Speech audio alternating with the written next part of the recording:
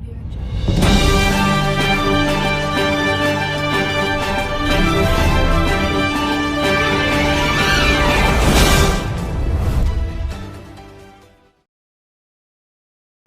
பெரியாறு அணையின் தண்ணீர் தமிழகத்தின் தேனி, திண்டுக்கல், மதுரை, ராமநாடு, சிவகங்கை ஆகிய 5 மாவட்ட விவசாயிகள் விவசாயத்திற்காகவும் மக்களின் குடிநீருக்காகவும் நீர் ஆதாரமாக விளங்கி வருகிறது. ஒவ்வொரு வருடமும் தமிழக அரசு சார்பில் தேக்கடியில் இருந்து பொதுப்பணித்துறை மதகை தமிழக விவசாயத்திற்கு குடிநீருக்கும் திறக்கப்படுவது வழக்கம். முல்லைப்பெரியார் அணையில் இருந்து 105 அடிக்கு மேல் நிரம்பி வரும் தண்ணீரை மட்டுமே தமிழகத்திற்கு கொண்டு செல்ல மதகு அமைக்கப்பட்டுள்ளது. இந்த மதகு தமிழக பொதுப்பணித்துறை கட்டுப்பாட்டில் உள்ளது.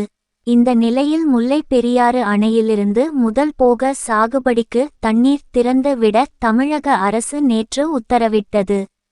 அதன்படி தேனி மாவட்டம் கம்பம் பள்ளத்தாக்கு இருபோக ஆயக்கட்டு பகுதிகளில் முதல் போகத்திற்கு 14,707 ஏக்கர் நிலங்களுக்கு வினாடிக்கு 200 கனஅடி வீதமும், தேனி மாவட்ட குடிநீர் தேவைக்காக வினாடிக்கு 100 கனஅடி தண்ணீரும், மொத்தம் வினாடிக்கு 300 கன அடி தண்ணீரை இன்று முதல் 120 நாட்களுக்கு தேவைக்கேற்ப நீர் இருப்பு மற்றும் நீர்வரத்தை பொறுத்து முல்லை பெரியாறு அணையிலிருந்து திறந்துவிட தமிழக அரசு உத்தரவிட்டது.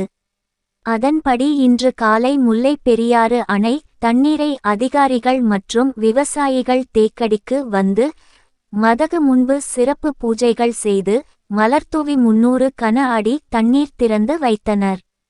இதன் மூலம் தேனி வட்டத்தில் 2412 ஏக்கர், உத்தமபாளைய வட்டத்தில் 11,807 ஏக்கர், போடி வட்டத்தில் 488 ஏக்கர் என மொத்தம் 14,707 ஏக்கர் நன்சை நிலங்களில் முதல் போக சாகுபடி நடைபெறும்.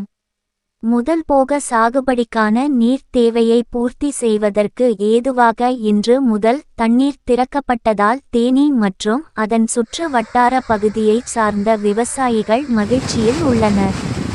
மேலும் முல்லை பெரியாற்றிலிருந்து வந்த நீரை கொண்டு கம்பம் பள்ளத்தாக்கு விவசாயிகள் நெல் வயல்களில் விவசாய முன்னேற்பாடுகளை மும்பரப்படுத்தி உள்ளனர். கண்ணார்களை சீரமைத்தும் வரப்புகளை சீர்படுத்தியும் வயல்களில் உழும் பணியை துவக்கி உள்ளனர்.